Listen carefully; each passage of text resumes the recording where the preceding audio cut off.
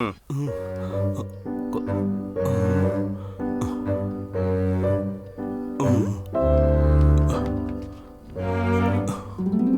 చేస్తారో చూసావా? మనం చావు నుంచి తప్పించుకొని వచ్చాం, వీళ్ళు చేసే పని చూడరా. మావా, వీళ్ళిద్దరికి కెమిస్ట్రీ చాలా బాగా వర్కౌట్ అవుతుంది కదా. అది కాదు, శిల్పాన్ని బాగా చేస్తుంటేను అది చెప్పాను. కళ్యాణి, కళ్యాణి, వాడికి చెవుడున్నట్టు నీకు కూడా చెవుడు వచ్చిందా? ఎంత బాగా చెక్కావు. ఇది నేనేనా? అబ్బా, రవివర్మ తల పూర్తిగా చెక్కుతానన్నాడు. తిక్క తిక్క మాట్లాడమాక తిక్క మొహన్ దానా. మొహన్ చూడు, ఆల్రెడీ మనకి పోలీసులు స్కెచ్ చేశారు. నేను గనక వాళ్ళ చేతికి చిక్కుంటే నన్ను చెక్కేవాళ్ళు. అసలు నీకు బుర్రుందా లేదా? నువ్వు ఎవరిని అడిగి లాడ్జికి వెళ్ళి సనీ లియోన్కి చేరిచ్చావు?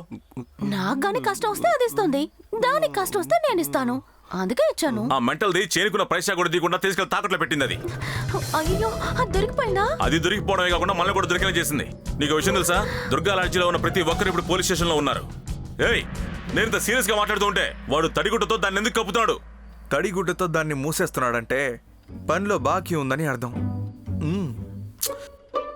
పగిలిపోతుంది అందరికి. ముందుగా మనం ఆ గోల్డ్ని తీసుకుని ఇక్కడి నుంచి ఎలాగైనా తప్పించుకోవాలి.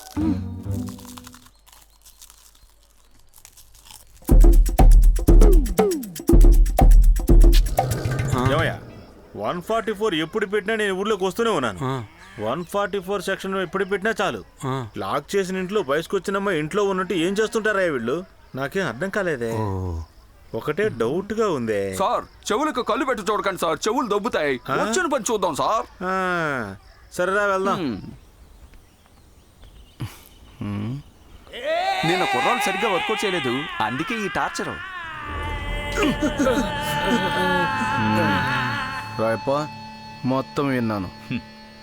నా పరువు ప్రతిష్ట అంతా పోయింది. ఇది పుచ్చుకుంటే దీని ఆనందమే వేరు. ముందు మందు కొట్టు. నిజం మాట్లాడుతున్నారు.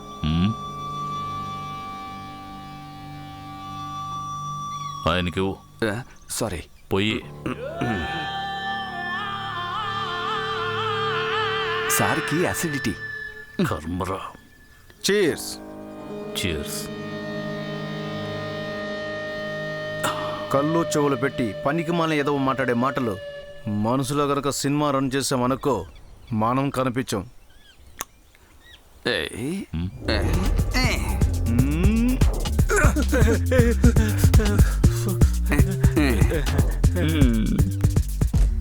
రేపు నేను ఊరు లోపలికి వెళ్తాను.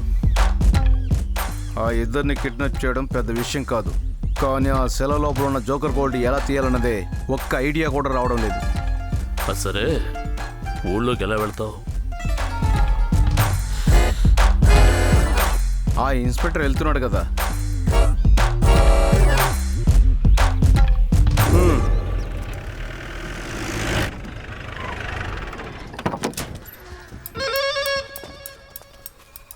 ఇదే ఆ మదనిల్లు.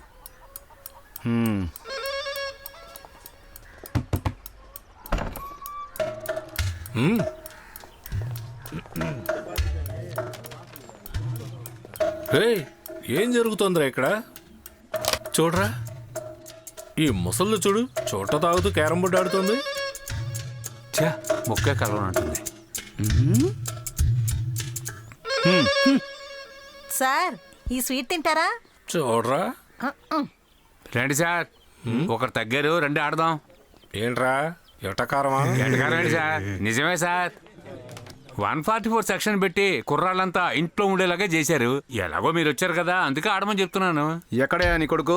పంది మాట్లాడడానికి వెళ్ళాడా? పనికి వెళ్ళి 2 రోజులైంది, ఇంకా రాలేదు. వాడు డ్రైవింగ్ లో బిజీ కదా. తెలుసురా, నీ కొడుకు ఎలా డ్రైవింగ్ చేస్తాడో అని.